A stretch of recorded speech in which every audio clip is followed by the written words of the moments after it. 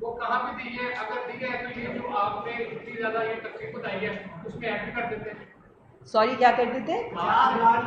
نہیں اگلا آخری سوال کیا کیا آپ نے؟ اگر آپ نے دی ہے اس کی تقسیم بھی اسی میں ایڈ کر وائٹ پیپر میں دیکھیں جی وائٹ پیپر جب آپ کھولیں گے نا ایک سیکنڈ میں آپ کو بتا دوں وائٹ پیپر کے اینڈ پر اگر ہم آپ کو یہاں پر دکھا سکیں تو ہم نے ریفرنسز لکھے ہیں اور انٹرسٹنگلی یہ ہے کہ یہ ریفرنسز سارے ہم نے اسی حکومت سے جو فارم 47 کی مسلط کردہ حکومت ہے اسی کے ریفرنسز لیے ہیں. ہم نے اپنے ریفرنسز نہیں دے رہے اس لیے آپ کو ایک ایک چیز وتھ فیکٹس ملے گی.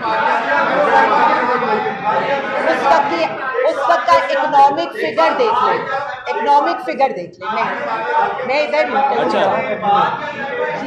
تحریک مہم جو ہے وہ شروع کرنے کی تیاریاں بھی جاری ہیں کنونشنز بھی ہو رہے ہیں مختلف ڈسٹرکٹس میں ہم دیکھ رہے ہیں لاہور کے بغیر تحریک پنجاب میں نہیں چلائی جا سکتی ہے ریلیاں نکلتی سارا کچھ لاہور میں بھی ہوتا ہے لیکن 44 اسٹیک ہولڈرز ہیں ٹکٹ ہولڈرز اور ایم پی ایس میں 4 جیل میں کرنے 39-40 بچے ہیں ان کا ایک اجلاس آپ نے ابھی تک نہیں بلایا کیسے ان کو مفید کریں گے کچھ مسائل بھی ہیں تنظیم میں چیزوں کے اندر وہ اس کا اجلاس ابھی تک نہیں بلایا جا سکا اور ان کو مفید کیوں کیا.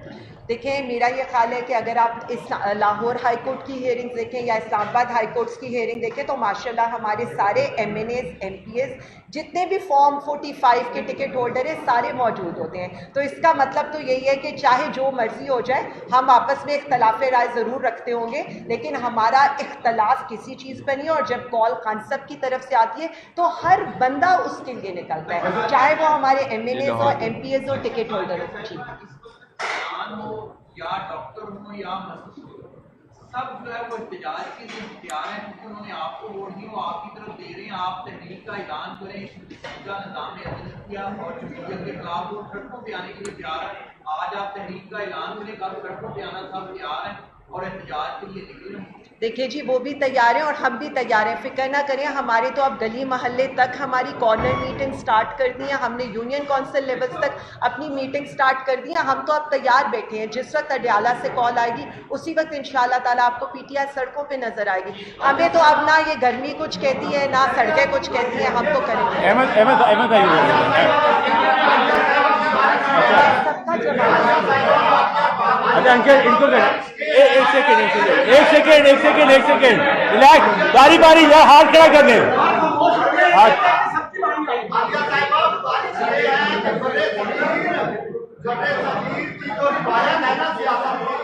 یہاں پر بیانیہ چلتا ہے کارکردگی نہیں چلتی.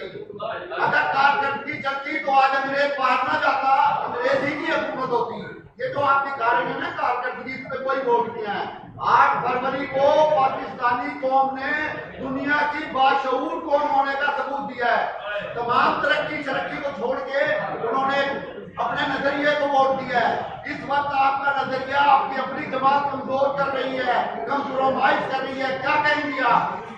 میں سب سے پہلے تو آپ نے بالکل ٹھیک کہا ہے میں پاکستانی عوام کو خراج تحسین پیش کرتی ہوں. انہوں نے جس طرح سے مقتدرہ کو آلو بینگن پیاز ٹماٹر کے اوپر ہرایا اور ایک خاموش انقلاب لایا یہی بات ہم ان کو کہنا چاہتے ہیں کہ اگر ہم اس انقلاب کے اوپر جو خونی انقلاب نہیں ہے اور ہم اسی انقلاب کے اوپر جو پرامن طریقے سے آتا ہے ووٹ کی طاقت سے آتا ہے عوام کی آواز سے آتا ہے یا عوام کے پرامن احتجاج سے آتا ہے تو ہمیں اسی تک رہیں گے.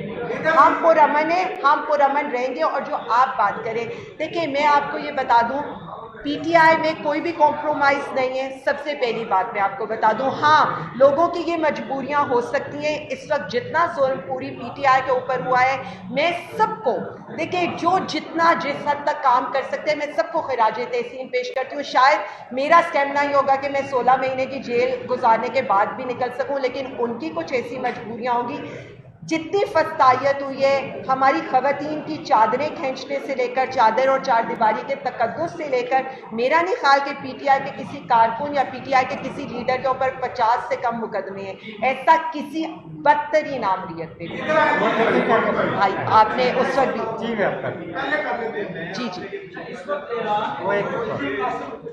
میں سب کا لے لوں بھائی بولے تھوڑا سا اونچا آپ کی آواز میں